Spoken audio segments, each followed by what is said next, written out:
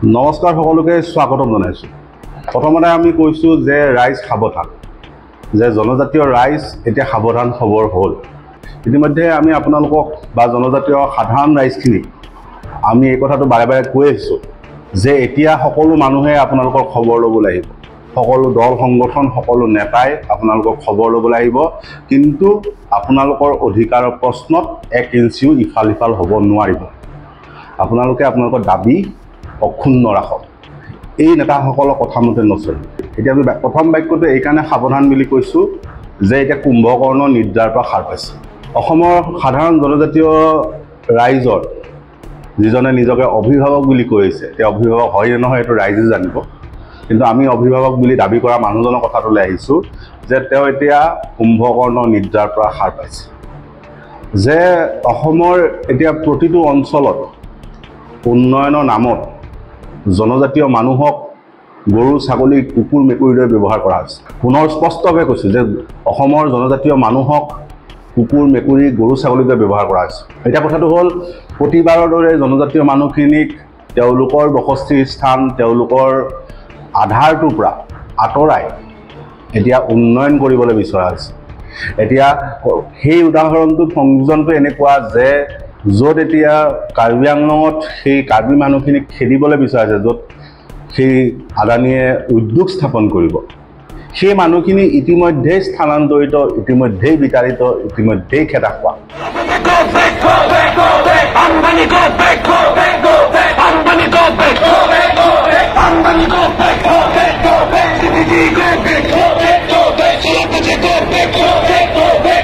যে ইতিপূৰ্বে তেওঁলোকে যিটো স্থানত আছিলে বিদ্যুৎ প্ৰকল্প হোৱাৰ বাবে তেওঁলোকে এতিয়া এই অঞ্চলটোত বসবাস কৰিছে। তাৰপিছত এতিয়া এইটো অঞ্চলত যিহেতু উদ্যোগ হ'ব, ইয়াৰ পৰাও তেওঁলোকক বিতাড়িত কৰা হ'ব। সেইটোৱেই হ'ল অসমৰ জনজাতীয় মানুহৰ বাস্তৱ সত্য। এতিয়া তাৰ মাজত হৈছে যে এইবাৰৰ কথাটো অকণমান বেলেগ, যে এইবাৰ ৰাইজে নিজে নিজেই ৰাজপথত ওলাইছে। এইবাৰ দল সংগঠন বা নেতৃত্ব চলাহী কথাত ৰাইজে ভুল যোৱা, ৰাইজে একত্ৰিতভাৱে জোৰদাৰ প্ৰতিবাদ কৰি আছে। গতিকে চৰকাৰৰ বৰঘৰত জুই লাগিছে, তেওঁলোক চিন্তিত হৈছে। এইটো কেনেকৈ সম্ভৱ হৈছে যে দল সংগঠন নেতৃত্ব অবিহনে ৰাইজে বতাহ বৰষুণ বাদ দি প্ৰতিবাদ কৰিছে। কোকৰাঝাৰৰ ৰাইজে ৰণচণ্ডী মূৰ্তি ধৰিছে। এতিয়া সেই মুহূৰ্তত আপুনি দেখিছে যে ইজনৰ পাছত সিজন নেতা এই অঞ্চলবিলাকত আৱিৰ্ভাৱ হৈছে, অঞ্চলবিলাকত ধূমকেতুৰ দৰে আৱিৰ্ভাৱ হৈছে। এতিয়া ধূমকেতুৰ দৰে আৱিৰ্ভাৱ হোৱাৰ পাছতো ৰাইজৰ কিন্তু প্ৰতিবাদ কমা নাই, ৰাইজৰ প্ৰতিবাদ বৃদ্ধি পাইছে। আৰু ইটোৰ পাছত সিটো অঞ্চলৰ ৰাইজে এইটো কথা প্ৰমাণ কৰি দিছে যে তেওঁলোকে চৰকাৰৰ কোনো বহতীয়া গোলাম নহয়। এতিয়া সেইটো পৰিস্থিতিৰ পাছত এই জনজাতীয় যিসকল ৰাইজ আছে, তেওঁলোকক এতিয়া জনজাতীয় ছাত্ৰ সংগঠন, তাৰ স্বায়ত্তশাসিত পৰিষদ কোনেও বলাব পৰা নাই, কোনেও সন্মান কৰিব পৰা নাই। তেওঁলোকে আন্দোলনৰ পৰা পিছুৱাই অহা নাই, তেওঁলোকে অধিকাৰৰ দাবীৰ পৰা পিছুৱাই অহা নাই। গতিকে এতিয়া সেই জনজাতীয় সংগঠনবিলাকৰো যি অভিভাৱক, যিজনে সেই জনজাতীয় সংগঠনখিনিৰো অভিভাৱকত্ব লৈ দিছে, সেই মানুহজন এতিয়া ফিল্ডত নামিছে। ইতিমধ্যে তেওঁৰ সংগঠনৰ বহু নেতা এতিয়া বিভিন্ন অঞ্চলত পিয়াপি দি ফুৰিছে। সেই ট্ৰাইবেল সংগঠনটোৰ বেনাৰখন লৈ ইতিমধ্যে কোকৰাঝাৰৰ পৰ্বতজোৰাত তেওঁৰ সংগঠনৰ নেতা পিটপিটাই ফুৰোতে ৰাইজে গাড়ীৰ পৰা নমাই অপদস্থ কৰিছে। তাৰপিছত কুলচি নদীটো সেই ট্ৰাইবেল সংঘৰ নেতাই তাত ৰাইজৰ লগত বৈঠক কৰিছে। যেনেকৈ হ'লেও মুঠৰ ওপৰত আন্দোলনটো তেওঁলোকৰ নিয়ন্ত্ৰণলৈ যাব লাগে, কাৰণ চৰকাৰৰ নিজৰ মানুহ যদি আন্দোলনটোত থাকে তেতিয়াহ'লে চৰকাৰৰ অকণমান সুবিধাজনক স্থিতিত থাকে। এতিয়া কথাটো হ'ল, সেই পৰিস্থিতিটোৰ পাছতো কথাটো নিয়ন্ত্ৰণ হোৱা নাই। আৰু যেতিয়া পৰ্বতজোৰাত সেইধৰণে ৰাইজে ট্ৰাইবেল সংঘৰ নেতাক যেতিয়া গাড়ীৰ পৰা নমাই অপদস্থ কৰিছে, তাৰপিছত আৰু উপায় নাই। গতিকে এতিয়া জৰুৰী বৈঠকত বহিছে সেইজন আদিত্য খাখলাৰী। এতিয়া ধূমকেতু আৱিৰ্ভাৱ হৈছে আৰু তেওঁ এতিয়া সম্পূৰ্ণ অভিভাৱকত্ব দেখুৱাবলৈ বিচাৰিছে। গতিকে সেইকাৰণে কৈছোঁ, আমি জনজাতীয় ৰাইজক সেইকাৰণে কৈছোঁ সাৱধান, কাৰণ এইজন মানুহৰ লগত যদি থাকে তেতিয়া আপোনালোকে মাটি হেৰুৱাটো নিশ্চিত। এতিয়া সেইজন আদিত্য খাখলাৰীয়ে টোপনিৰ পৰা সাৰ পায়, কুম্ভকৰ্ণ নিদ্ৰাৰ পৰা সাৰ পায়, আকৌ ট্ৰাইবেল বেল্ট আৰু ব্লকৰ কথা কৈছে। সেইজন আদিত্য খাখলাৰীৰ কথাখিনি আমি কোৱাৰ পূৰ্বে আমি কেইবাটাও মুকলি প্ৰশ্ন তেওঁলৈ এৰিলোঁ। তেওঁ যদি সঁচাকৈ জনজাতীয় মানুহখিনিক প্ৰতিনিধিত্ব কৰি আছে, এই প্ৰশ্নকেইটাৰ উত্তৰ দিয়ে। প্ৰথম, যে তেওঁৰ এটা চিনাকি অঞ্চল, তেওঁৰ এটা দুৰ্গ বুলি ক'লে ভুল নহ'ব, সোণাপুৰ জনজাতীয় বেল্ট। এতিয়া আমি তেওঁক সুধিছোঁ যে সোণাপুৰ জনজাতীয় বেল্টৰ ভিতৰত ষ্টাৰ চিমেণ্টে কেনেকৈ মাটিৰ শ্ৰেণী পৰিৱৰ্তন কৰি ষ্টাৰ চিমেণ্ট স্থাপন কৰিলে সেইটো উত্তৰ দিয়ক। এতিয়া ষ্টাৰ চিমেণ্টৰ কাষত থকা কোনো গাঁৱত অসমীয়া বাৰী বা অসমীয়া বাগিচাৰ মূল আধাৰ তামোল বা নাৰিকল নালাগে, কোনো ফল মূল নালাগে। কিয় নালাগে? ষ্টাৰ চিমেণ্টৰ প্ৰদূষণৰ বাবে। এতিয়া সেইজন আদিত্য খাকলাই আকৌ সুধিছোঁ যে ছুপাৰ লাইট ব্ৰিক্স, পুনৰ কৈছোঁ ছুপাৰ লাইট ব্ৰিক্স, এই কোম্পানীটোৰ ক্ষেত্ৰত আপোনালোকে কি ব্যৱস্থা ল'লে? কাৰণ এই ছুপাৰ লাইট ব্ৰিক্সটোৱে সেই ট্ৰাইবেল বেল্টৰ অধিনিয়ম ভংগ কৰি তাত স্থাপন হৈছিল, অবৈধভাৱে স্থাপন হৈছে, আৰু তাৰ বিৰুদ্ধে ইতিমধ্যে এভেকশ্যন নটিচ ওলাইছে। চৰকাৰৰ বা প্ৰশাসনৰ ফালৰ পৰা উচ্ছেদৰ জাননী ওলাল এই উদ্যোগটোৰ বিৰুদ্ধে। কিন্তু তাৰপিছত হঠাৎ সেই গোটেই বিষয়টো তল পৰিল। এতিয়া কি হ'ল, কেনেকৈ কি অংক হ'ল এইটো আমি নাজানো, প্ৰমাণ দিব নোৱাৰিম। গতিকে আমি কৈছোঁ ছুপাৰ লাইট ব্ৰিক্সৰ এভিকশ্যন বা উচ্ছেদ কিয় নহ'ল, উত্তৰ দিয়ক। আৰু এটা উদ্যোগৰ নাম আমি কৈছোঁ চুৰিয়া গ'ল্ড চিমেণ্ট, এই সোণাপুৰ ট্ৰাইবেল বেল্টৰ ভূমিতে হৈছে। এতিয়া চুৰিয়া গ'ল্ড চিমেণ্ট কেনেকৈ উদ্যোগটো স্থাপন হ'ল তাৰ উত্তৰটো আদিত্য খাকলাই ডাঙৰীয়াই দিলে ভাল হয়, আমি তেওঁক অনুৰোধ জনাইছোঁ। এইটো প্ৰশ্নৰ উত্তৰ দিয়ক যে নৱজিৎ নাইডিং, তেওঁ হ'ল ডিমা হাছাও স্বায়ত্তশাসিত পৰিষদৰ এজন EM, এজন এক্সিকিউটিভ মেম্বাৰ, কাৰ্যবাহী সদস্য। তেওঁ যেতিয়া গাঁৱৰ ৰাইজৰ ওচৰলৈ গৈছিলে, কিয় গৈছিলে? যে আদানীৰ চিমেণ্টৰ কাৰখানা যিটো তাত স্থাপন হ'ব, সেই স্থাপন হোৱা কাৰখানাটোলৈ যাবলৈ এটা ৰাস্তাৰ প্ৰয়োজন, আৰু সেই ৰাস্তাটোৰ জোখ মাখ কৰিবলৈ এজন নৱজিৎ নাইডিং গৈছিলে। নৱজিৎ নাইডিং যেতিয়া তাত উপস্থিত হৈছিল তেতিয়া স্থানীয় ৰাইজে প্ৰতিবাদ কৰিছিল, কাৰণ কিয়? সেই ৰাস্তাটো তেওঁলোকৰ মাটিখিনিৰ ওপৰেৰে যাব, তেওঁলোকৰ একমাত্ৰ সম্বলৰ ওপৰেৰে যাব। এতিয়া সেই প্ৰতিবাদ কৰাৰ পাছত খৰ্গহস্ত হৈ নৱজিৎ নাইডিঙে সেই ৰাইজৰ ওপৰত তেওঁৰ দেহৰক্ষীৰ বন্দুক কাঢ়ি লৈ गुलियाइसिले। भैया लोग ने सिर्फ थोड़ा बातचीत करेगा, क्या क्या हो रहा है वहाँ पे थोड़ा बहुत देखेगा बोल के वो लोग पहला गया है। तो जाने का साथ साथ सुना है कि वो लोग को मारना शुरू कर दिया।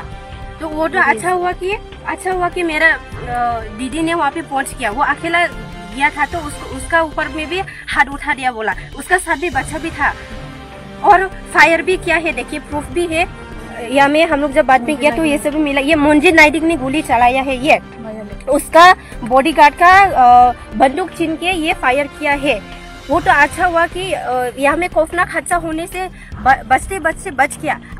এইটো এটা বাস্তৱ ঘটনা আপোনালোকক ভিজুৱেলত দেখুৱাইছোঁ যে নৱজিৎ নাইডিঙে তেওঁৰ নিৰাপত্তাৰক্ষীৰ হাতৰ পৰা বন্দুক লৈ ৰাইজলৈ গুলিয়াইছিল। প্ৰথমপি ৰাইজে প্ৰাণ ৰক্ষা কৰিলে। তেনেকৈ এইটো অভিযোগো আছে যে যিজন দেৱলাল গাৰোচা, ডিমা হাছাও স্বায়ত্তশাসিত পৰিষদৰ মুখ্য কাৰ্যবাহী বিষয়া, তেওঁ ৰাইজক ধমক দিয়াৰ অভিযোগ আছে। গতিকে সেই ক্ষেত্ৰত এইজন অভিভাৱকে তাত কিয় উপস্থিত নহ'ল, আদিত্য খাকলাই ডাঙৰীয়া সেই ৰাইজৰ ওচৰলৈ কিয় নগ'ল, সেইটো উত্তৰ দিয়ক। তৃতীয়তে এইটো উত্তৰ দিয়ক যে তেওঁ যে ট্ৰাইবেল বেল্টৰ ব্লকৰ কথাটো যে কৈ আছে, এই যে মাটিবিলাক অধিগ্ৰহণ কৰি উদ্যোগ স্থাপন কৰা, টাউনশ্বিপ বনোৱা ইত্যাদি যে কথাবিলাক কৈ আছে, এইবিলাকত কাৰ মাটি যাব? জনজাতীয় মানুহখিনিৰে মাটি যাব। এইবাৰ উন্নয়নৰ নামত জনজাতীয় মানুহখিনিকে খেদিব।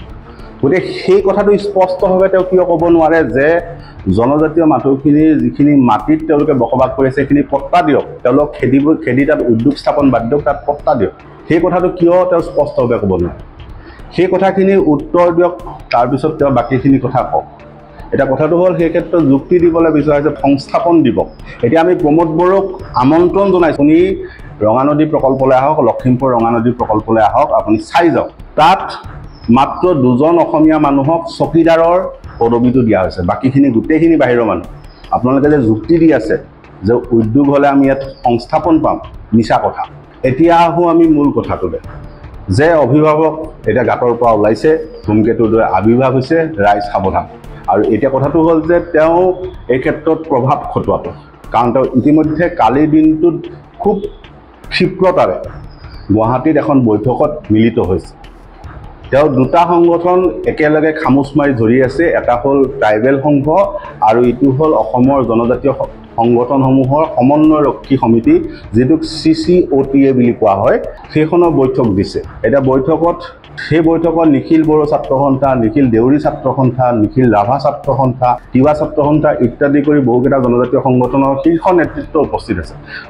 ৰাভা ছাত্ৰ সন্থাৰ সভাপতি সম্পাদক 2জন উপস্থিত আছে। এতিয়া তেওঁলোকৰ সন্মুখত বহুৱাই আদিত্য খাখলাৰী এতিয়া অভিভাৱকত্ব দিছে আৰু কৈছে যে তেওঁলোকে যে বেল্ট আৰু ব্লক খালী কৰিব লাগে, 48টা ট্ৰাইবেল বেল্ট আৰু ব্লক খালী কৰি দিয়ক আৰু খালী কৰি দিয়াৰ লগতে তেওঁলোকে এতিয়া চৰকাৰত ত্ৰিপাক্ষিক বৈঠক কৰিব। সেই ত্ৰিপাক্ষিক বৈঠক কৰিব যে অসম চৰকাৰ আৰু অসম চৰকাৰে শেহতীয়াকৈ গঠন কৰা যিখন ভূমি আয়োগ সেইখনৰ লগত তেওঁলোকে বহিব আৰু বহি লৈ জনজাতীয় মানুহখিনিৰ যিখিনি ভূমিৰ অধিকাৰ সেই ক্ষেত্ৰত তেওঁলোকে আলোচনা কৰিব। এতিয়া কথাটো হ'ল যে জনজাতীয় মানুহখিনিয়ে তেওঁলোকৰ ভূমি অধিকাৰৰ ক্ষেত্ৰত আদিত্য খাখলাৰীক সম্পূৰ্ণ কৰ্তৃত্ব দি থৈছিল। কাৰণ কিয় যে আদিত্য খাখলাৰীক আমি যেতিয়া এই মানুহখিনি আন্দোলনটো আৰম্ভ কৰিছিল তেতিয়া আমি তেওঁক দেখা নাছিলোঁ।